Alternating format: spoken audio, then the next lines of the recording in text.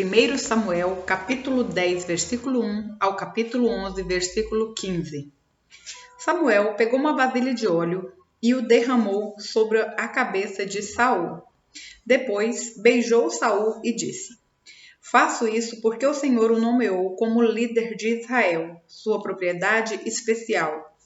Hoje, quando você partir, verá 2 homens ao lado do túmulo de Raquel, em Zelza, na divisa de Benjamim. Eles lhe dirão que as jumentas foram encontradas e que seu pai deixou de se preocupar com elas. E agora está preocupado com vocês, perguntando: que farei para encontrar meu filho?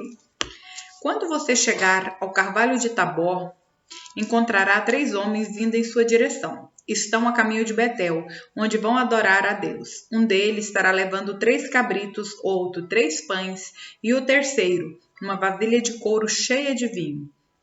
Eles o cumprimentarão e lhe oferecerão 2 pães que você deve aceitar.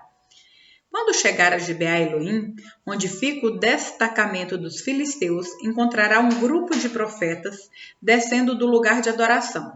Virão tocando harpa, tamborim, flauta e lira e estarão profetizando. Neste momento, o Espírito do Senhor virá poderosamente sobre você e você profetizará com eles. Será transformado numa pessoa diferente. Depois que esses sinais se cumprirem, faça o que tiver de fazer, pois Deus está com você. Em seguida, vá a Gilgal adiante de mim. Eu o encontrarei ali para sacrificar holocaustos e ofertas de paz. Espere lá durante 7 dias até eu chegar e lhe dar mais instruções. Assim que Saul se virou para partir, Deus lhe deu um novo coração e todos os sinais anunciados por Samuel se cumpriram naquele dia.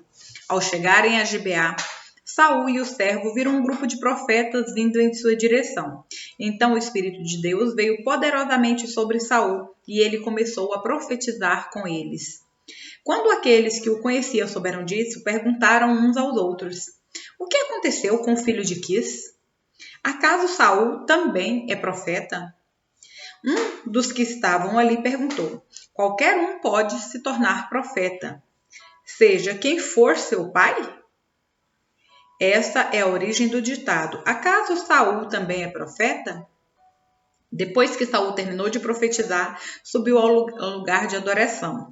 O tio de Saul perguntou a ele e ao servo: Onde vocês estavam? Saul respondeu: Saímos para procurar as jumentas, mas não conseguimos encontrá-las. Então fomos a Samuel para lhe perguntar onde elas estavam. E o que foi que Samuel lhe disse? Perguntou o tio. Disse que as jumentas já haviam sido encontradas, respondeu Saul. Contudo, não contou ao tio o que Samuel tinha dito sobre o reino. Algum tempo depois, Samuel convocou todo o povo para se reunir diante do Senhor em Mispá. Disse ele aos israelitas: Assim diz o Senhor, o Deus de Israel: Eu os tirei do Egito e os livrei dos egípcios e de todas as nações que os oprimiam. Mas, apesar de eu ter resgatado vocês de suas angústias e aflições, hoje vocês rejeitaram seu Deus e disseram: Queremos um rei. Agora, portanto, apresentem-se diante do Senhor de acordo com suas tribos e seus clãs. Então, Samuel reuniu todas as tribos de Israel e a tribo de Benjamim foi escolhida por sorteio. Em seguida, Samuel reuniu cada família da tribo de Benjamim e a família de Matri foi sorteada. Por fim, Saul, filho de Quis, foi escolhido dentre eles. Quando o procuraram, porém, não o encontraram. Por isso perguntaram ao Senhor: Ele já chegou? O Senhor respondeu: Está escondido no meio da bagagem. Eles correram até lá e o trouxeram. Era tão alto que os outros chegavam apenas a seus ombros. Samuel disse ao povo: Este é o homem que o Senhor escolheu para ser seu rei. Não há ninguém semelhante a ele em todo Israel. E o povo gritou: Viva o rei! Então Samuel explicou ao povo os direitos e deveres do rei. Escreveu-os no rolo e colocou diante do Senhor. Depois mandou todo o povo para casa. Saul também voltou para sua casa, em Gibeá, acompanhado por um grupo de homens cujo coração Deus tinha tocado. Havia, no entanto, alguns desocupados que debochavam. Esse sujeito nunca nos salvará. Desprezaram Saul e se recusaram a lhe trazer presentes, mas Saul não lhes deu atenção. Cerca de um mês depois, Naás, rei de Amon, avançou com seu exército contra a cidade de Jabes de Gileade. Mas os habitantes de Jabes clamaram: faça um tratado conosco e o serviremos. Então Naás disse: está bem, mas só com uma condição: arrancarei o olho direito de cada um de vocês como humilhação para todo o Israel. As autoridades de Jabes pediram: dê-nos 7 dias para que enviemos mensageiros a todo Israel. Se ninguém vier nos salvar, nós nos entregaremos ao rei. Os mensageiros chegaram a Gibeá, cidade onde Saul morava, e relataram ao povo a difícil situação em Jabes de Gileade. Todos choraram em alta voz. Quando Saul voltou à cidade, trazendo seus bois do campo, perguntou: o que está acontecendo? Por que todos estão chorando? Então contaram-lhe sobre a mensagem de Jabes. O Espírito de Deus veio poderosamente sobre Saul e ele se enfureceu. Pegou 2 bois, cortou-os em pedaços e enviou mensageiros para levá-los a todo Israel com o seguinte aviso: isto é o que acontecerá aos bois de quem se recusar a seguir Saul e Samuel na batalha. E o terror do Senhor caiu sobre o povo, de modo que todos saíram para guerrear como um só homem. Quando Saul se reuniu em Bezeque, viu que havia 300.000 homens de Israel e 30.000 homens de Judá. Então Saul enviou os mensageiros de volta a Jabes de Gileade com o seguinte aviso: salvaremos vocês amanhã, antes do meio-dia. Quando os habitantes de Jabes receberam a mensagem, houve grande alegria em toda a cidade. Então os homens de Jabes disseram a seus inimigos: amanhã nos entregaremos a vocês e poderão fazer conosco o que desejarem. No dia seguinte, porém, antes do amanhecer, Saul chegou com seu exército dividido em 3 destacamentos. Atacou os amonitas de surpresa e na hora mais quente do dia já os tinha derrotado completamente. O restante do exército amonita se dispersou de tal modo que não ficaram 2 soldados juntos. Então o povo disse a Samuel: onde estão aqueles que perguntaram: por que Saul deveria nos governar? Tragam esses homens aqui e os mataremos. O Saul, porém, respondeu: ninguém será morto, pois neste dia o Senhor livrou Israel. Então Samuel disse ao povo: venham, vamos todos a Gilgal renovar o compromisso do reino. Então todos foram a Gilgal e numa cerimônia solene diante do Senhor, proclamaram Saul como rei.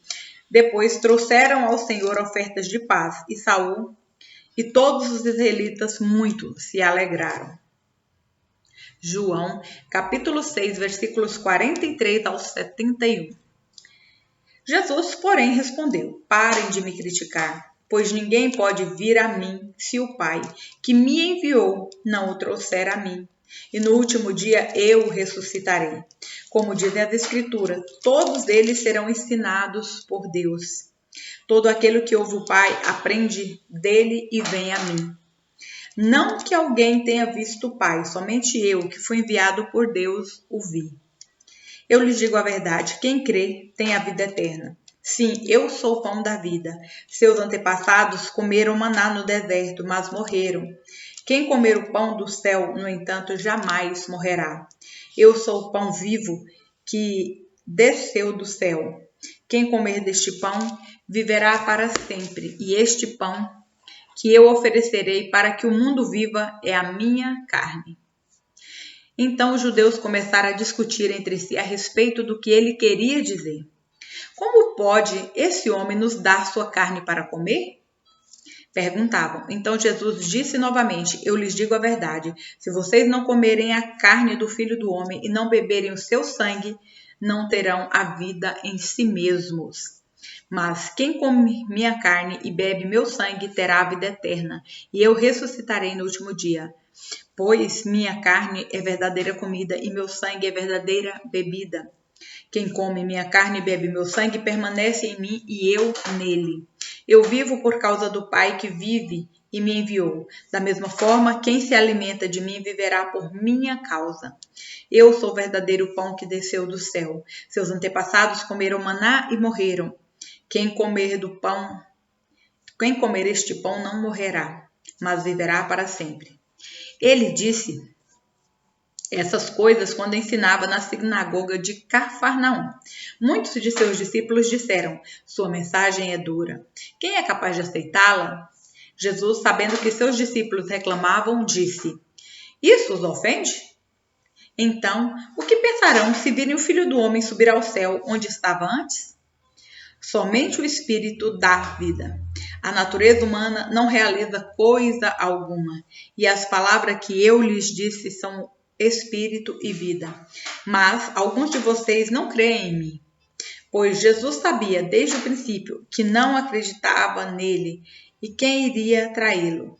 E acrescentou: por isso eu disse que ninguém pode vir a mim a menos que o Pai o dê a mim. Neste momento, muitos de seus discípulos se afastaram dele e o abandonaram. Então Jesus se voltou para os 12 e perguntou: vocês também vão embora? Simão Pedro respondeu: Senhor, para quem iremos? O Senhor tem as palavras da vida eterna. Nós cremos e sabemos que o Senhor é o Santo de Deus.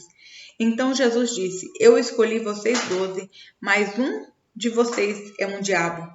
Ele se referia a Judas, filho de Simão Iscariotes, um dos 12 que mais tarde o trairia.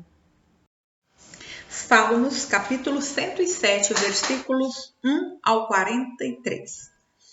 Deem graças ao Senhor, porque Ele é bom, seu amor dura para sempre. O Senhor os resgatou? Proclamem em alta voz. Contem a todos que Ele os resgatou de seus inimigos, pois Ele reuniu os que estavam exilados em muitas terras, do leste e do oeste, do norte e do sul. Eles vagavam pelo deserto, perdidos e sem lar. Famintos e sedentos chegaram à beira da morte. Em sua aflição clamaram ao Senhor e Ele os livrou de seus sofrimentos. Conduziu-os por um caminho seguro a uma cidade onde pudessem morar. Que louvem o Senhor por seu grande amor e pelas maravilhas que fez pela humanidade, pois Ele sacia o sedento e enche de coisas boas o faminto. Estavam sentados na escuridão e em trevas profundas, presos com algemas de ferros do sofrimento. Rebelaram-se contra as palavras de Deus e desprezaram o conselho do Altíssimo. Por isso ele os sujeitou a trabalhos pesados. Caíram e não houve quem os ajudasse. Em sua aflição clamaram ao Senhor. Ele os livrou de seus sofrimentos, tirou-os da escuridão e das trevas profundas e quebrou suas algemas. Que louvem o Senhor por seu grande amor e pelas maravilhas que fez pela humanidade. Pois ele quebrou as portas de bronze da prisão e partiu as trancas de ferro. Foram tolos, rebelaram-se e sofreram por causa de seus pecados. Não conseguiam nem pensar em comer e estavam às portas da morte. Em sua aflição clamaram ao Senhor e Ele os livrou de seus sofrimentos. Enviou sua palavra e os curou e os resgatou da morte. Que louvem o Senhor por seu grande amor e pelas maravilhas que fez pela humanidade. Que ofereçam sacrifícios de ações de graças e anunciem suas obras com canções alegres. Viajaram pelo mundo em navios, percorreram as rotas comerciais dos mares. Também eles viram as obras do Senhor e suas maravilhas nas águas mais profundas. Por sua ordem, os ventos se levantaram e agitaram as ondas. Os seus navios eram lançados aos céus, depois desciam às profundezas, foram tomados de pavor. Cambaleavam e tropeçavam como bêbados e não sabiam mais o que fazer. Em sua aflição, clamaram ao Senhor e Ele os livrou de seus sofrimentos. Acalmou a tempestade e aquietou as ondas, a calmaria os alegrou. E Ele os levou ao porto com segurança. Que louvem o Senhor por sua bondade e pelas maravilhas que fez pela humanidade. Que o exaltem em público, diante da comunidade dos líderes do povo. Ele transforma rios em desertos e fontes de água em terra seca. Torna a terra fértil em solo inútil, por causa da perversidade de seus habitantes. Também transforma os desertos em açudes e a terra seca em fontes de água. Leva os famintos para ali se estabelecerem e construírem suas cidades. Eles semeiam campos, plantam videiras e têm grandes colheitas. Sim, ele os abençoa. Ali criam famílias numerosas e seus rebanhos não param de crescer. Mas quando diminuem o número e empobrecem por causa da opressão, da miséria e da tristeza, o Senhor lança desespero sobre os príncipes e os faz vagar num deserto sem caminhos. Contudo, livra do sofrimento os pobres e alimenta suas famílias com rebanhos de ovelhas. Os justos verão essas coisas e se alegrarão, enquanto os perversos serão calados. Quem é sábio levará tudo isso a sério, perceberá como tem sido leal o amor do Senhor. Provérbios, capítulo 15, versículos 1 ao 3. A resposta gentil desvia o furor, mas a palavra ríspida desperta a ira. A língua dos sábios torna atraente o conhecimento, mas a boca dos tolos despeja a insensatez. Os olhos do Senhor estão em todo lugar. Observa tanto os maus como os bons.